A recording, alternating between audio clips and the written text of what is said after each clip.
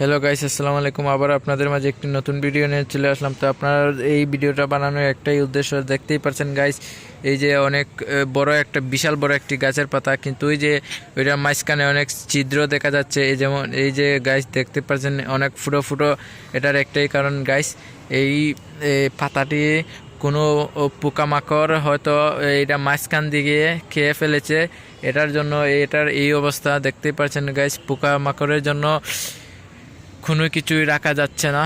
তো আপনারা দেখেন গাইস, আমরা এই গাছের একটি গুণ রয়েছে, এই পাতাটা যদি কোথাও নিয়ে একটা ঘষা দেন, তাহলে এটার সাথে সাথে কালার চেঞ্জ হয়ে যাবে গাইস।